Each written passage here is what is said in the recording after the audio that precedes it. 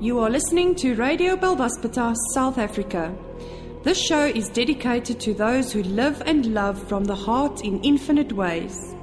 In today's episode, we will discuss, share, gain insights, and get clarity on the wisdom and teachings of the mystic and seer Almin, as well as discover more about the miraculous healing modality called Belvaspata. Your host for this show is Paul.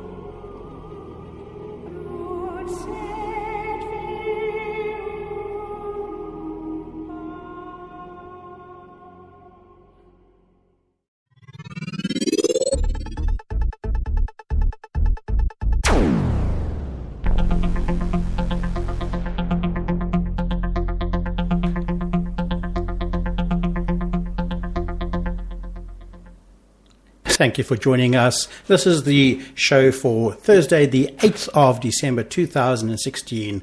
Welcome to Radio Belvaspata, South Africa. This is your host, Paul, for the evening. And today we're going to be talking about saying goodbye to our humanness and hello to resurrection.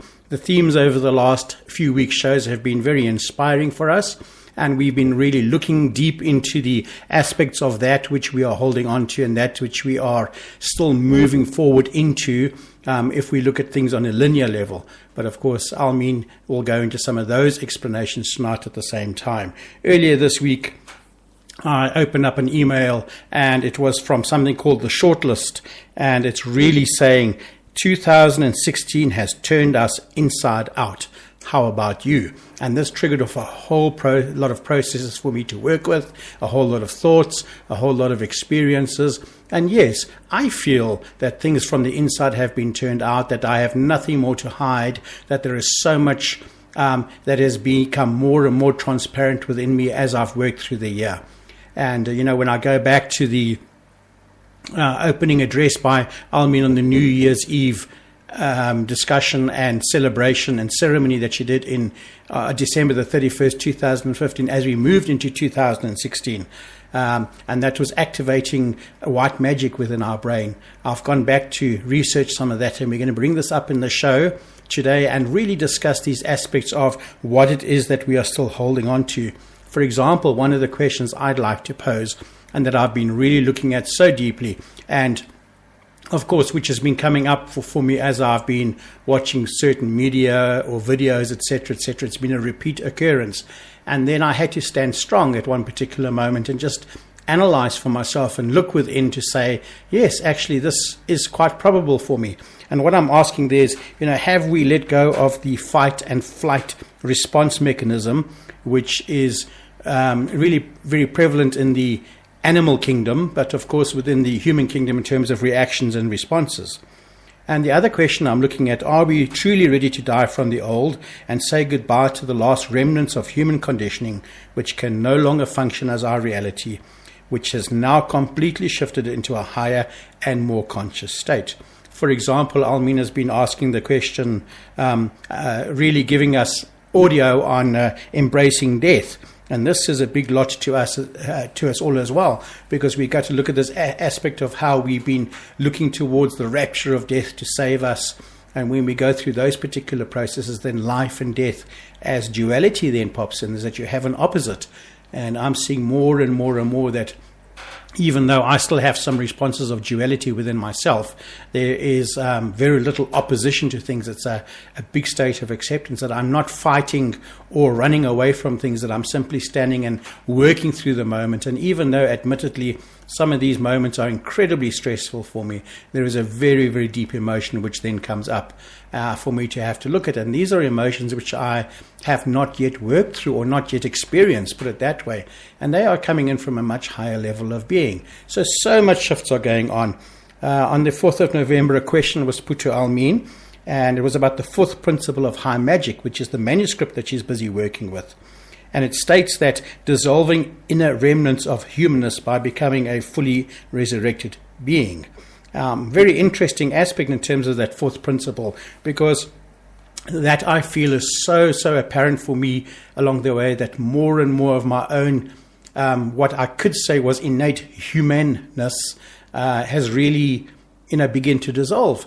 And we have to be careful that we don't hold on to a memory of something and make it another reality. After all, who is really creating our reality but ourselves? Almin will be giving us some audio on that in a few minutes. In the research for this week's show, on the 19th of August 2009, working with the angel Kiki Mara, there was a premise there that says we can truly communicate by listening to another with the heart and using omnisensory perception. The correction for that premise comes that we are not separate beings. There is only one being in existence. Any communication is the one being speaking to itself. The amygdala, which is a field in the body, interprets this into a deep inner knowing. And of course, we're going to discuss some aspects of the amygdala within the brain and the frequencies that it projects and keeps working on. And all of this is going along the way. So let's listen to an audio now by Almin. She's asking who was creating your reality. It's a bit of an older audio that we have, but it's very pertinent for the rest of our discussion this evening. And let's go with that right now. If you're in the tube torus is your reality. If you are not creating that reality, who is? You are creating it. But you are creating it from ghosts of the past. The only thing that you can put in that reality as you live, because you're now no longer where the river runs through it, you're no longer where fresh new information comes, is your old information. And as you spiral on this disc of life around the tube torus of your particular reality, you stimulate it into action, but it's the same old action. So, what is your tube torus if you're living within those mirrors that it has become, rather than in the center of the tube torus? You are living in a ghost of the past. Technically, that reality isn't even there. Why? Because it's something that isn't being generated with the alchemical potency and that which enlivens all things, which is the infinite. It isn't being touched by the infinite. It's an old ghost that hovers there, and you've been moving around and around in incarnations within a ghost of the past. That's why some sages have said about the nature of reality, it is not real. It is not real. What a huge insight. It is not real because it isn't enlivened. But it can be. So how do you make your experiential reality real? You have to generate it in an high alchemy of ongoing alchemy with infinite intent. To do that, you cannot even accomplish any of it if you are pulled in by the games of those whose minds are bending to step back into the tube torus. This is your final test. This is your final battle. It's like the Armageddon.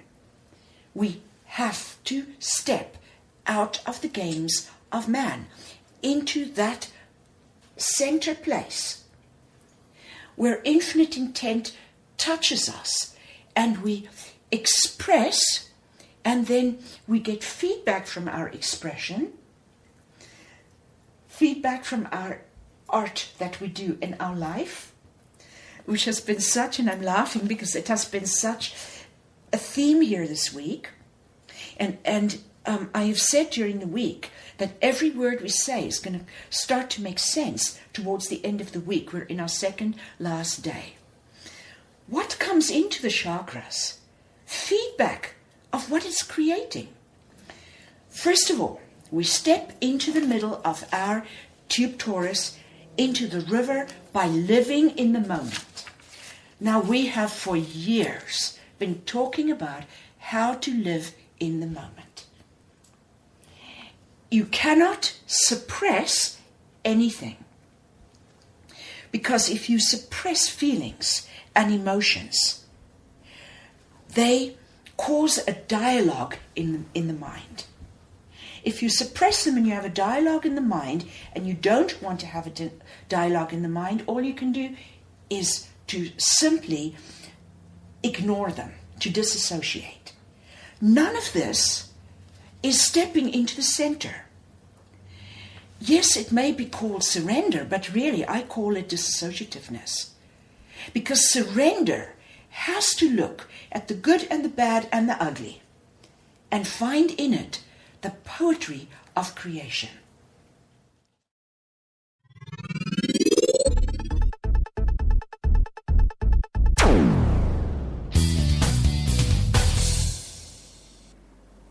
And you're back in studio with myself, Paul, as your host for this show, as we discuss dissolving humanness and bringing in the hellos to the state of resurrection, which many of us are aware of through the teachings of the great seer and mystic Almin. So there was a question on Almin Diary this last week about the golden light universe, and the question was, in the night we had massive rain, thunder and lightning, and today I've smelt nature sense like I've never smelt before. Almin says, it's because of converting to a yellow golden light universe yesterday. We are literally in a different universe. We have changed the channel on the television. Nature isn't depleted, it's new. Songbirds should be coming back too. Isn't that absolutely incredible just to understand it? And you can see where we're going with this particular show today, this episode of Radio Belvaspata South Africa.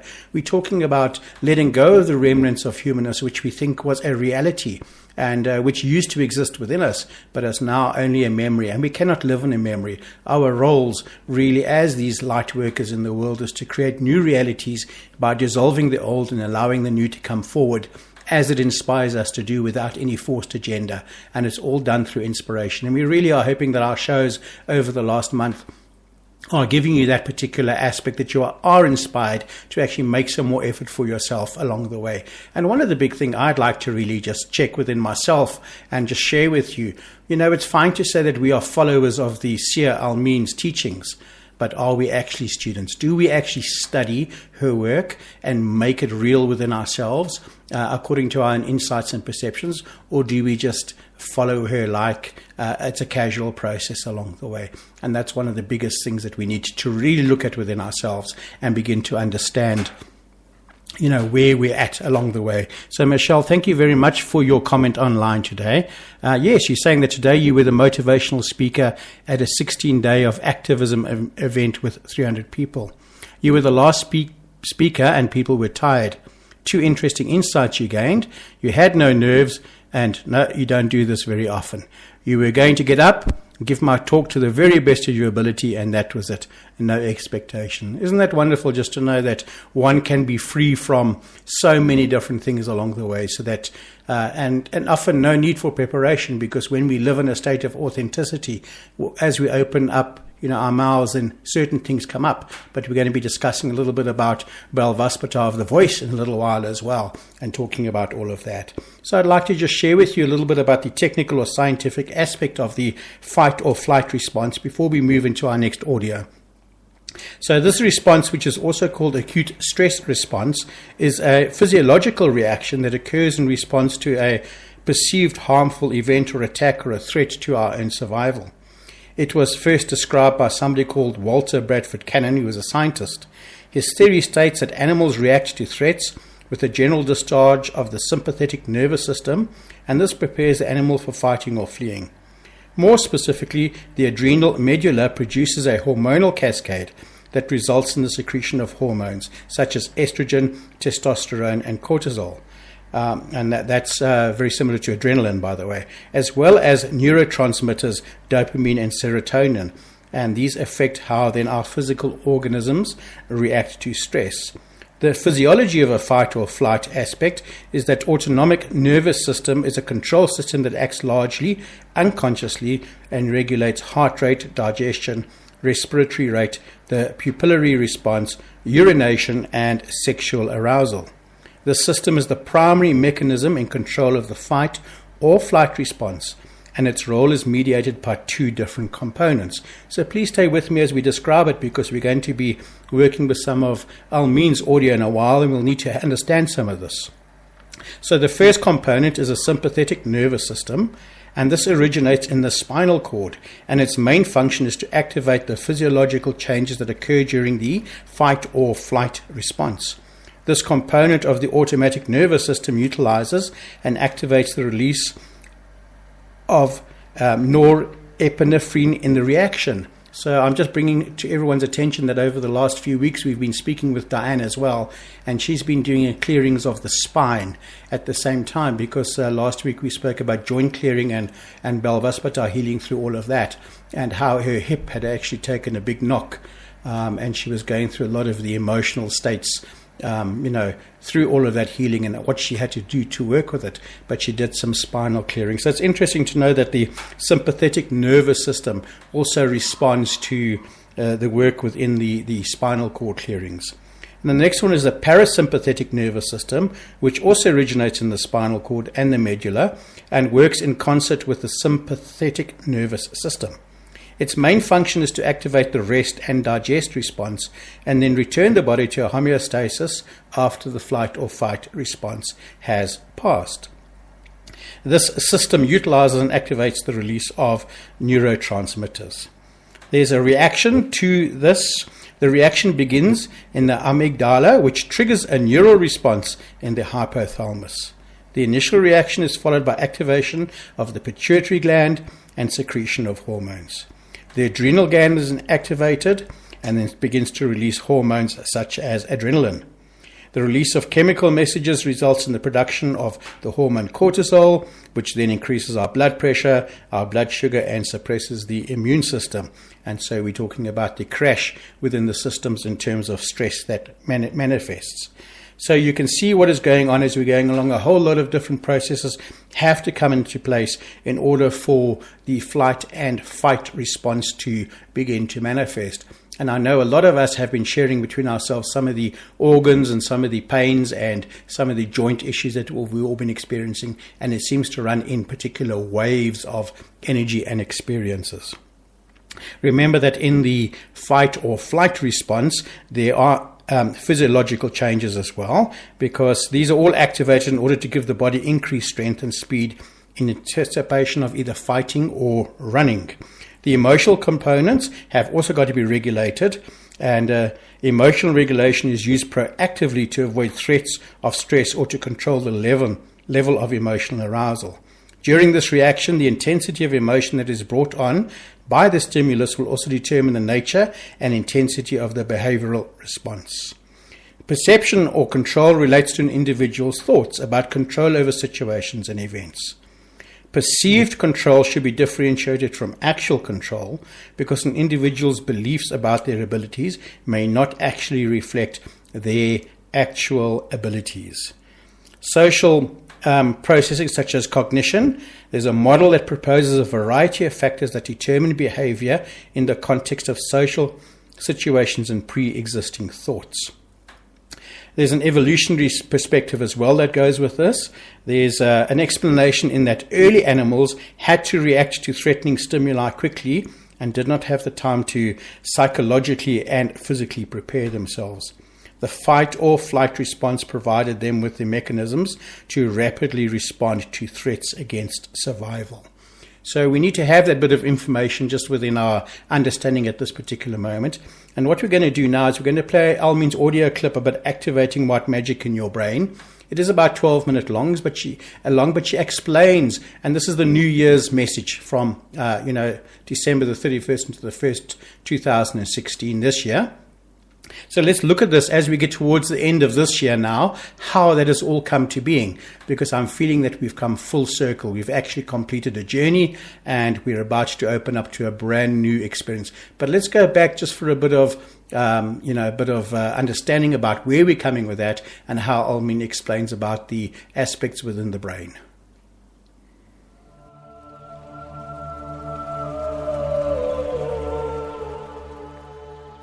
For eons, man has been plagued by the mysteries of the universe around him, and the secrets that obscure the reason for his existence. We will attempt tonight to give as many answers as we can about the meaning to life and probe the hidden laws of the universe. And so, we will begin by asking the question, why are so many people on endless depressants? Even among college students, the statistics are staggering. There is a topic that is mostly ignored by professionals and teachers alike. When people inevitably encounter the grinding tedium of daily life, they are diagnosed as depressed and gives medication to deal with it if they go to the doctor. But it doesn't go away, and so it returns to rear its head against. Why is there drudgery? And also, what is drudgery? Drudgery can be defined as an attempt to combat inertia. I have found two types of inertia, a proactive inertia and a passive inertia. In separation consciousness, inertia is proactive. It requires that it be fed energy on a continual basis, just to maintain the status quo, just to retain what we've achieved. It's like rolling a rock up a hill. One has to keep it from rolling backwards by exerting constant pressure. There is a saying, life is a journey, not a camp. One is either going forwards or backwards, depending on how well your passion can overcome the inertia. Where does the passive inertia fit in? When one enters the stage of losing egocentricity, becoming one with all things, the passive inertia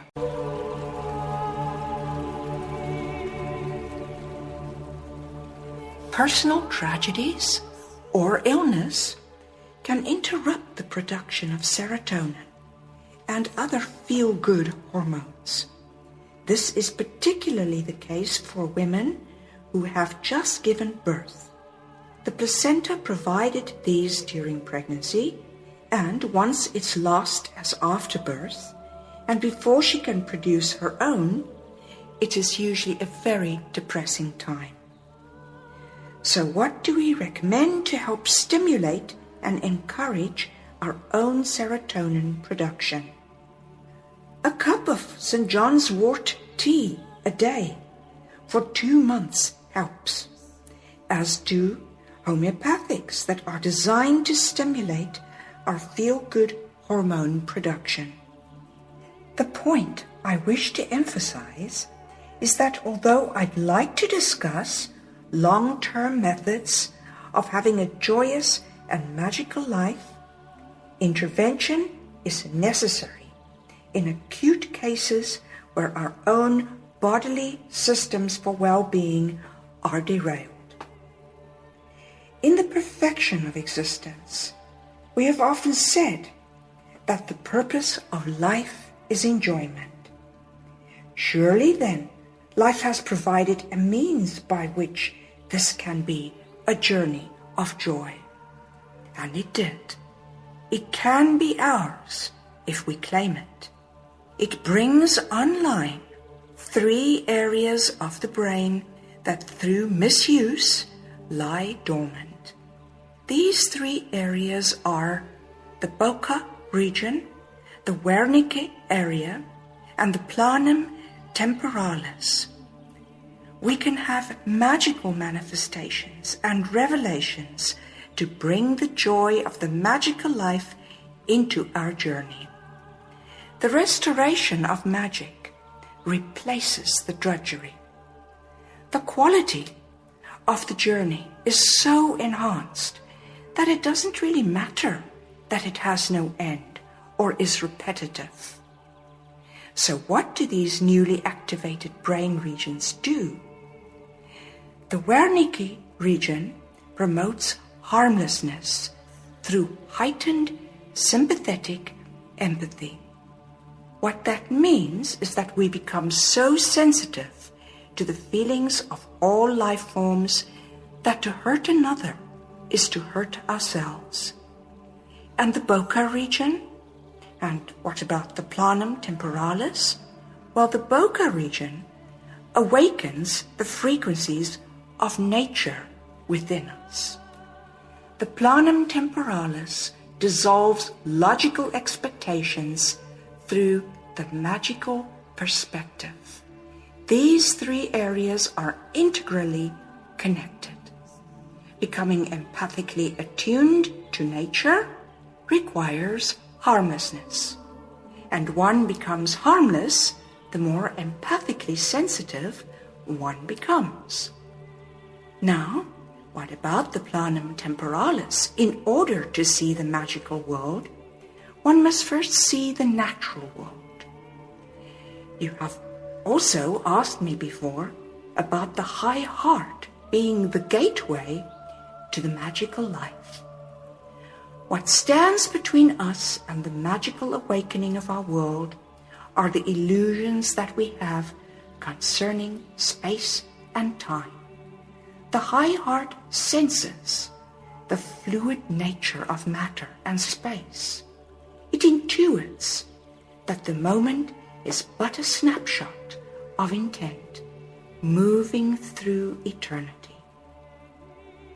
The corpus callosum, that piece that combines and bridges left hemisphere and right hemisphere of the brain, has an unexplored significance in our spiritual evolution. What is its role?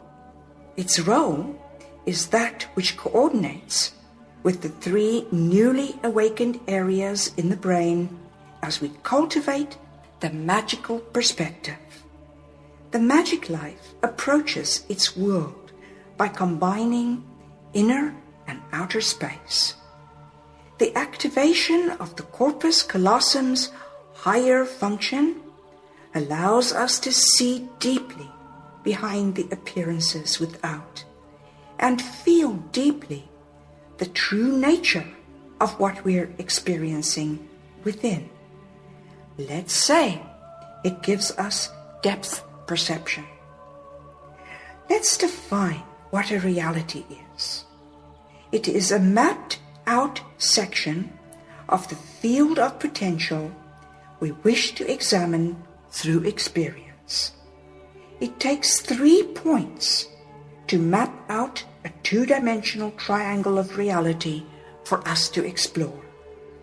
But if you want a more 3-dimensional experience of a reality, you need a 4th point to form a pyramid. The corpus callosum is that 4th point that creates depth to our inner and outer experiences. Like the tip of a pyramid, it can go as deep into our experiences as we want. The deeper we probe the mysteries of our existence, the wider the application of our magic. This journey that we have been on has been an in-depth study into the mysteries of life. And so what we're really saying is that it empowers us to broadly affect our environment. The magical perspective, does that mean that we are looking for magical occurrences? To look for miraculous manifestation blocks entry into the magical life. Be aware of them with gratitude, but seek instead to sense the magical essence within all life. This inner exploration of life is done through our inner senses response. Life responds magically to such an approach. But what message can I leave with my light family to help lift you up and over the drudgery of everyday life? There is no drudgery anywhere. Life is a miraculous journey of ever new discoveries. Drudgery is an illusion conjured up by the unaware and those who have lost their vision and the poetry in their hearts. It is true that we are encountering a destructuring of many societal values we have held dear. This is always the case before a huge evolutionary shift, or at the end of an age-old cycle. It could be easy to succumb to the despair of the world. But in the burnt-out, blackened field of civilization's crumbling, a single blade of new green grass pushes through the ashes. Before our appreciative awareness, it flourishes into spring. Choose to see the magic of new beginnings. You are the bringers of a new tomorrow. You are the holy ones of the earth.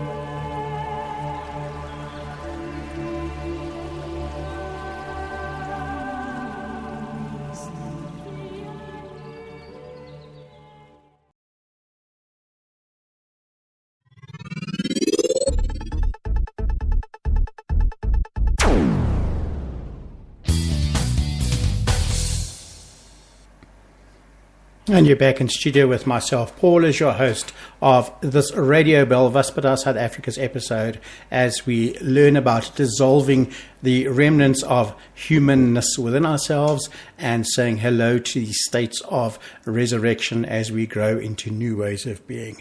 There we were listening to the mystic and seer Almeen from December the 31st into 1st of January 2016, her New Year's message about activating white magic in our brain and going into different aspects of the way that the brain and parts of the brain are working. We believe that there are some technical issues, connectivity. We apologize for that, but it's the internet and we're not completely in control of that. But how ironic that sometimes we are missing little bits of information in this particular show as we try and bring to you some inspiration and some ideas and thoughts and feelings, really how to work with all of these teachings and to also understand that we have achieved so incredibly much in the year that has gone past. So I'd like to just give you a bit about the definition, role and function of the amygdala, which is part of the brain, and again some scientific information, but Almeen has been working with it, and for some reason I've been seeing on certain videos and scientific YouTube aspects which I've been looking into, the amygdala has been coming up so much in terms of that, and I can't help but put the whole lot together to understand that things have shifted a great deal. But the amygdala is a section of the brain that is responsible for detecting fear and preparing for emergency events. We're going to discuss the amygdala, its functions and its role in our perception of fear and other emotions. And what is the role of fear? Well, do you have any fears? For some people, their biggest fear may be death. And I think for some people, their biggest joy might actually be the physical death in terms of their belief systems. And Almeen's been bringing up certain parts of the subject about the, dissolving the need for the rapture of death and amongst humanity. And this is a very, very huge point that we need to look at in terms of our own understandings, our own programmings. But for others, it may just be public speaking, for example. It may be walking down the road, all sorts of things. We all have different fears. But most humans will have at least one or more things that they fear in life, no matter how dangerous or innocent the object of that fear may be or what we are working with. Anyway, there's a reason for that. Fear often helps us with our own self-preservation. We feel fear as well as related emotions. In order to protect ourselves from danger and to heighten our awareness, this awareness is thought to be controlled by a section of the brain known as the amygdala. Let's discuss the amygdala and how it functions in the well-being of the human body. So in a few moments we have some audio on that, and that'll help us. But let's just understand that the amygdala is an almond-shaped section of nervous tissue which is located in the temporal side lobe of the brain. There are 2 amygdalae per person normally, with one situated on each side of the brain. They are thought to be part of the limbic system within the brain, which is responsible for emotions, survival instincts, and memory. However, this inclusion has been debated very heavily in the scientific community, but there's evidence that the amygdala function independently of the limbic system as well. It's responsible for the perception of emotions such as anger, fear, and sadness, as well as the controlling of aggression.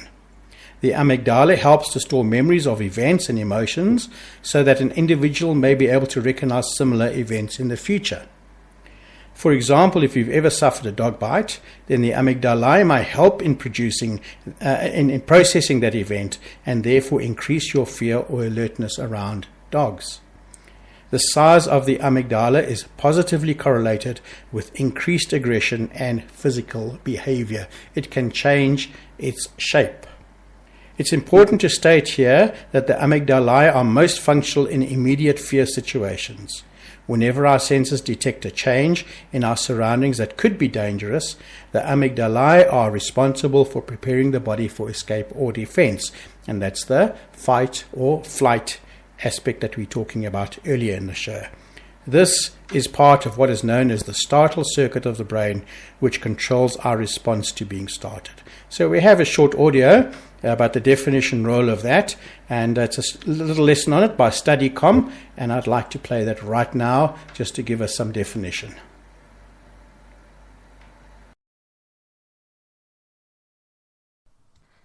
Do you have any fears? For some people, their biggest fear may be death. For others, it may be public speaking. In fact, most humans will have at least one or more things that they fear in life, no matter how dangerous or innocent the object of that fear may be. But there is a reason for that. Fear often helps us with self-preservation. We feel fear as well as related emotions in order to protect ourselves from danger and to heighten our awareness. This awareness is thought to be controlled by a section of the brain known as the amygdala. Let's discuss the amygdala and how it functions in the well-being of the human body. The amygdala is an almond-shaped section of nervous tissue located in the temporal side lobe of the brain. There are 2 amygdalae per person normally, with 1 amygdala on each side of the brain.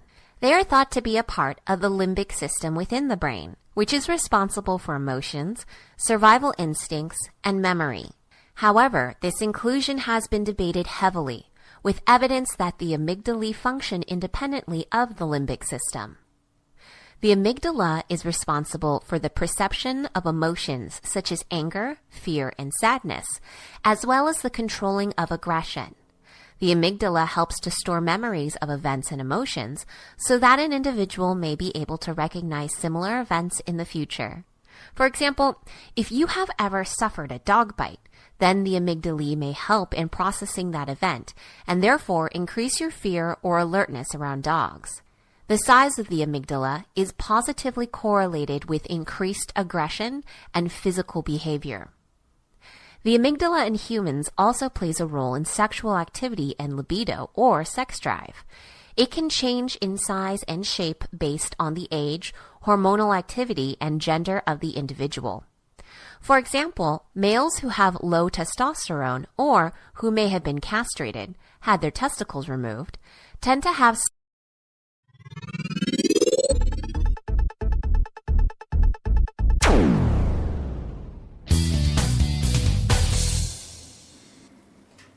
And you're back in studio with myself, Paul. We just cut that track a little bit short as we didn't want to repeat too many of the different processes along the way or what you've already been hearing within the show today. We're talking about the fear and the amygdala, which is part of the brain. Absolutely fascinating. I'd like to take us now to a website by Anita Fischbach, one of Almin's wonderful students and followers and a great teacher of the esoteric and metaphysical. And she talks a little bit about how DNA changes and affects emotions and talks about the DNA programming that she offers. So we're just going to talk a little bit about that because DNA is known to be influenced by emotions. And that fear is obviously the most destructive of emotions. It encompasses anxiety, worry, patterns of control and stress. It's been shown that stress damages the endocrine glands to the point that they operate inversely to how they should if they were on an upward path of evolution. The hypothalamus affects our thinking powerfully, and the amygdala is shut down in fear. The thymus atrophies when the heart is needy and leads us to paths of mediocrity and stagnation, when its true function is to lead us to the most wondrous paths of growth. Ideally, the heart's morality ignites the pineal, which is the master of the DNA. And I'm just taking your attention back to where Almin said in her New Year's address there about activating white magic in the brain, that the high heart is the gateway to the magical life. When the heart is needy, it acts as a tyrant that imprisons the key endocrine glands. The endocrine holds the power of high alchemy and is a most potent part of manifestation for us. In fact, it's not possible to manifest outside the law of compensation unless you engage the endocrine system in its higher function. All this is only possible as the body sheds the old programs and interpretations from life in the old reality. That is what is happening. We shed the old, dissolve it all, and seed the new. You will notice many changes on the emotional level. Many emotional states are no longer part of our repertoire. We can remember how these were all possible, but these perceptions are no longer there at all. So ask yourself which one of your perceptions have shifted and just go and look at that, because it's fascinating as we look at the dynamics of it. You can't split perception and emotion. Perception yields emotion, and emotional habits influence perception and hinder higher awareness. The angels of the DNA tell us that when we give up emotionality, the 24 chakras will come online and reveal an entirely new reality that is now around us. But most of us cannot attune to the subtle currents of higher vibes because we are stuck in the core states of emotional drama. We need to learn how to give up the addiction to drama, and we do that by shifting the DNA into its states of higher awareness. It's not a panacea, it is the foundation to step to other paths that together will lead to your liberation and full awakening. So it was quite fascinating because the website goes on and gives us some more information. Anita's written there about the song of the self and DNA.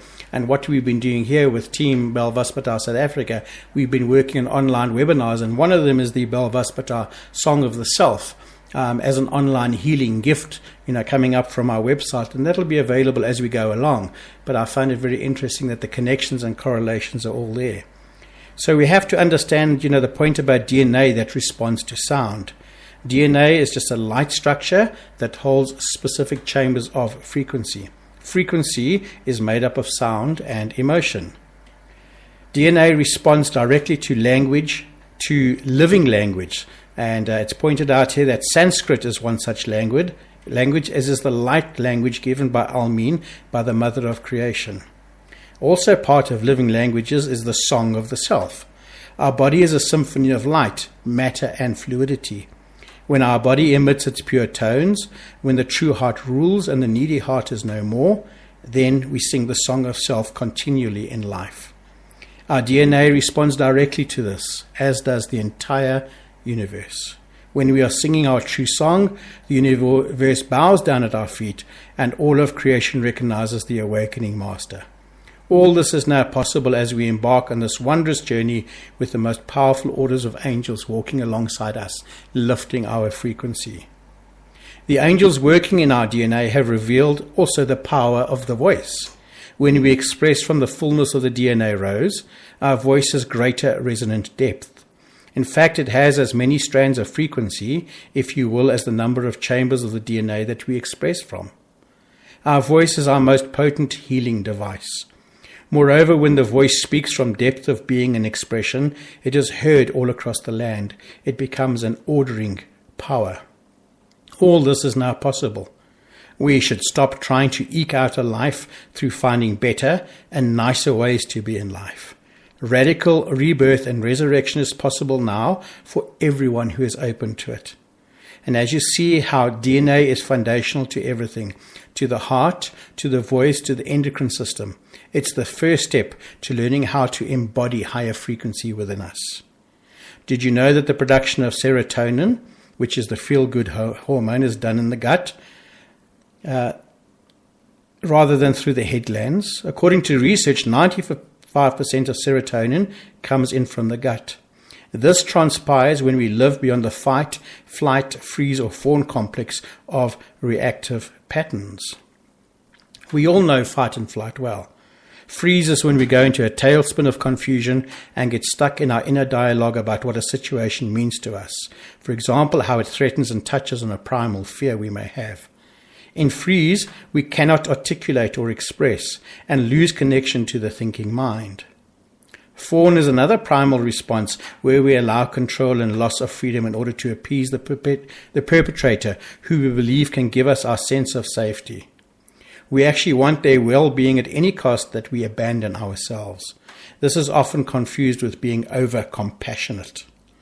These 4 Fs relate to the 4 primary subpersonal personalities of the vertical axis.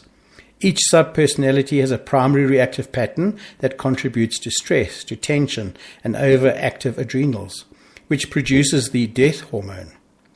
Fight, which is inner warrior, flight, the inner sage, freeze is the inner nurturer, and fawn is the inner child. So esoterically, the subpersonalities represent vast stages of cosmic evolution in which man developed. Each stage has produced distinct distortions that we may now overcome through the full and harmonious expression of the subpersonalities. We have to understand that Belvaspata healing, including the Belvaspata Song of the Self-Healing, creates a language of light and frequency within, and allows one to work on higher levels to remove the structures that prevent the DNA from opening to higher perception, and of course for us to live in a state of higher heart or higher state of emotion, which is why it is called healing of the heart. And as we learn to disassociate with the lower frequencies and controlling our low emotional states by dissolving them. In Belvaspata Grand Mastery level, there is a defined protocol available that will work to release the old functioning of the brain. For example, the sigil for the amygdala is actually very, very clearly put. There's many different aspects of the brain that can be created as a healing protocol within the Grand Mastery level of Belvaspata.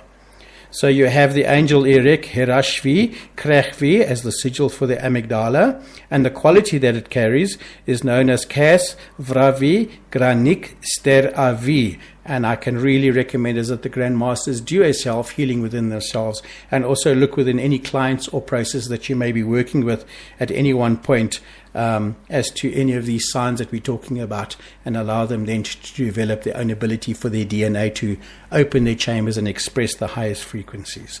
So I'd just like to say thanks to Anita Fischbach for that information on her website. And of course, you can just Google it accordingly. She's also on Facebook. Absolutely fascinating information along the way. And I'd just like to also look when Almin was talking earlier, one of the area, she says that a battle should be well fought. And I'd like to just say that the inner warrior chooses his fights carefully. And I've always remembered that from originally meeting Almin in Johannesburg in 2008. There was one comment that always stuck with me all these last years, that the warrior chooses his fight carefully and don't just go flailing in as we can. But I think enough about fighting, because if we have now dissolved the fight or flight syndrome, we have to replace it with something else. And I think many of us are probably experiencing that, but not sure what to do, and being used to the fight or flight processes within ourselves, are trying to still understand what those are. But just really look within your own life, your own processes and experiences. Are you still in survival mode, or are you in a state of absolute surrender and working through all of these particular aspects, which really means that separation consciousness has come to an end for all of us. And there's no more of that inertia, but Almin details so incredibly beautifully within that earlier commentary about, where we're at with it and what it's like to do all of these things. So what's it then like to meet yourself in the future? And I've been placing these whole things together this week, just wondering about all of that. And Almin has given us on Almin Diary a short audio, what it's like to meet yourself in the future. And I'd like to play for that now, because all sorts of things are going to be uncovered as we're going along, and that's a great adventure of discovery. There is a question that says, please explain the experience of meeting yourself in the future. I am asking this question to be more prepared when I hopefully time travel with the tools given by you at the Moscow retreat. My beloved ones, the way I used to time travel has completely changed. It took me by surprise. I didn't know that that would be the case, but it just didn't work anymore. Linear time had a very specific course that it would be following. You can think of it as a straight line, but really what it is like the groove in a gramophone record, in that it goes around and around, but you know exactly where this groove is going. So when time changed at the end of 2012, it became centrifugal, and it became traveling in rings that went in all directions. This changed the dynamic of time travel, and I was not really expecting it as I saw it. The way it is, it changed one more time beyond that. It became, this is very abstract and difficult to explain, but I'll do it this way.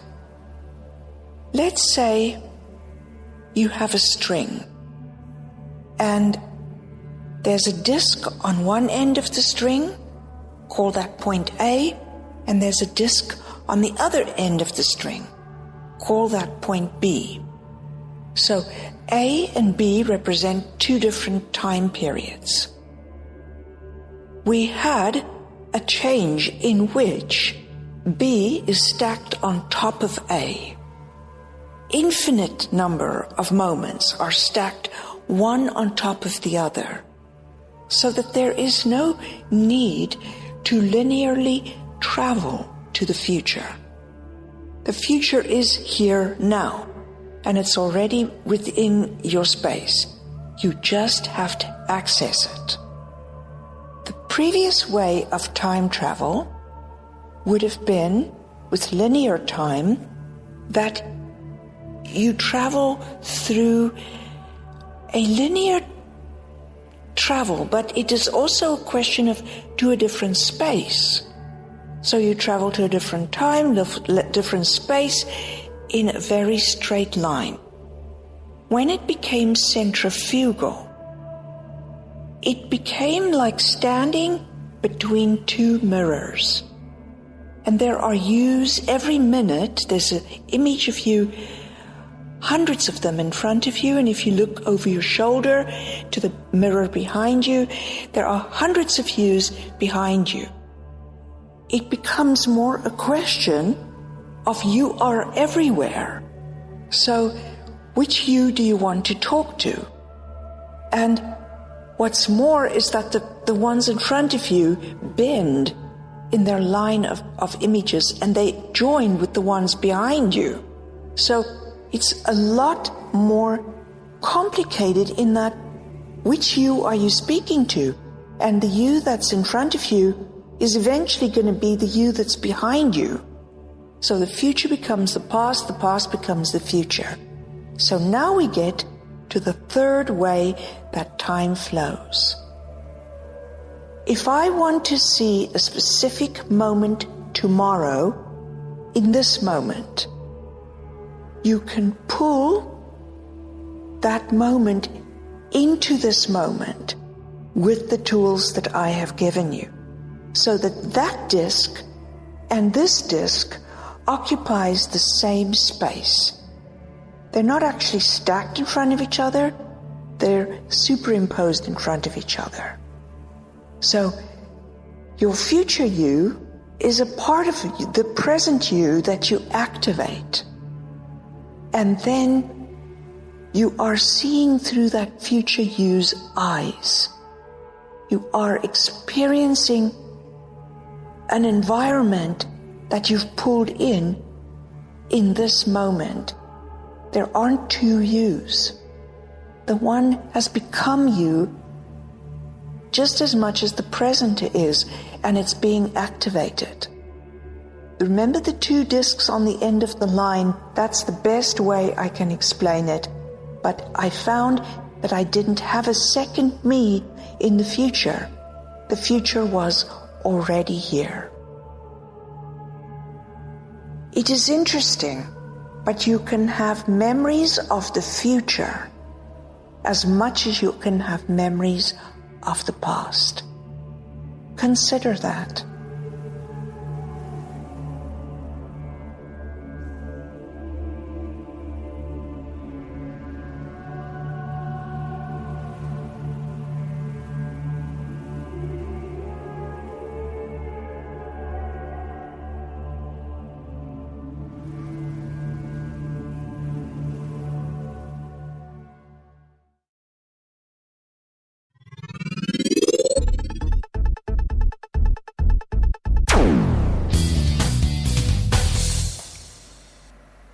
And that was the mystic and seer Almeen talking about what it's like to meet yourself in the future.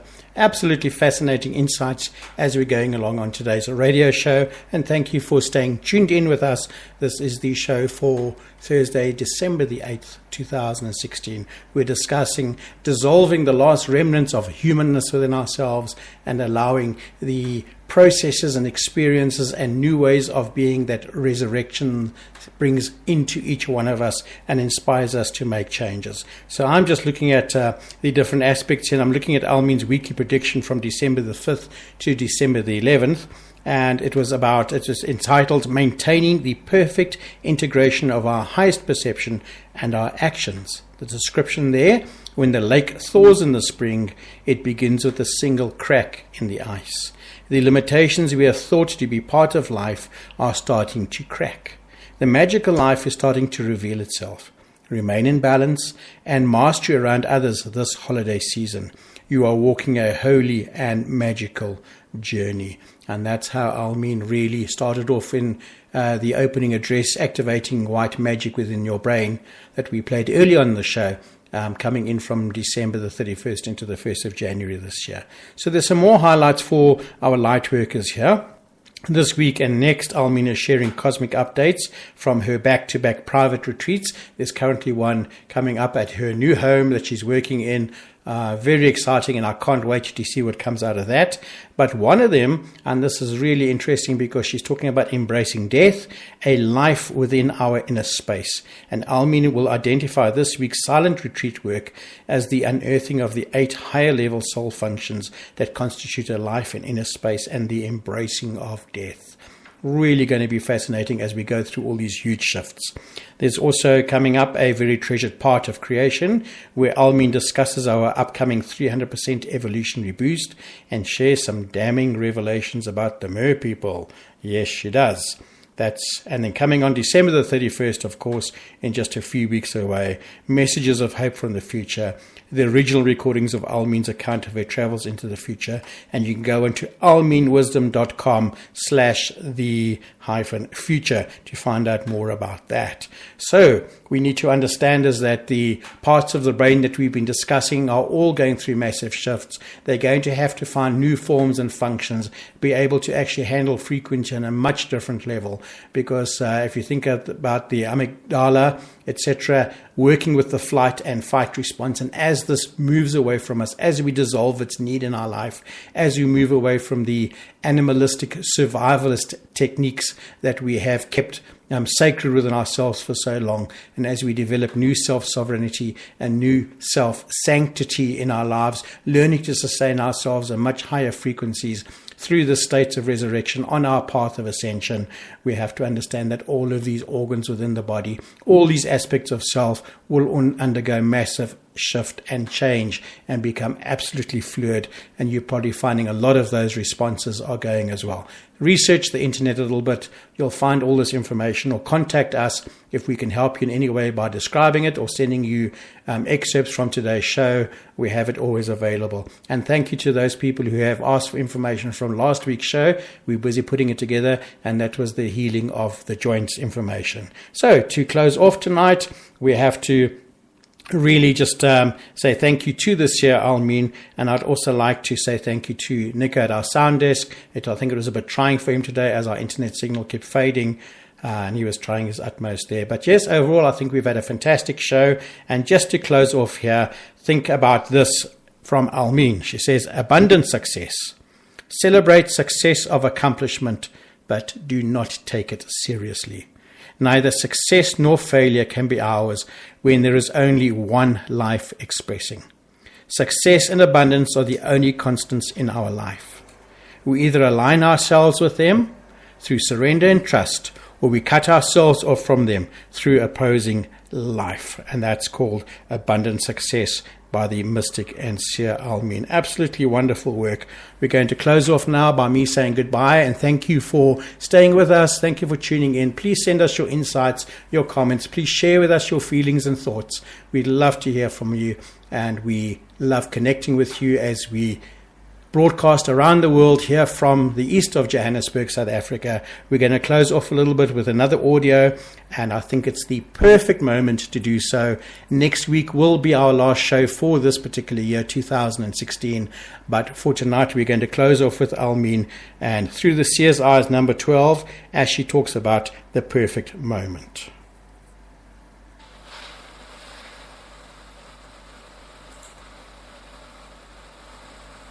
The perfect moment, where a clouded sky of layered grey bends to meet the silver sea, as though in a shimmering oyster shell, a sailing boat completes the artistry.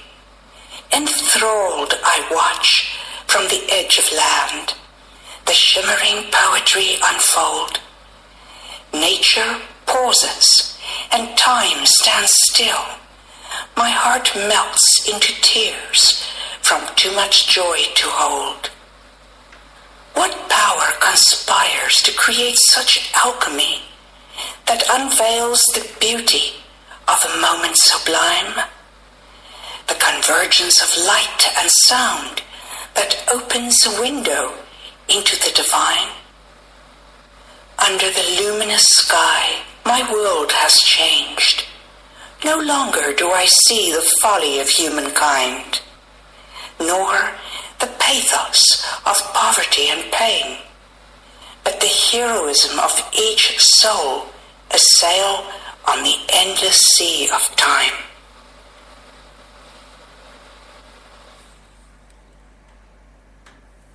Thank you for tuning in, everybody. Goodbye until next week.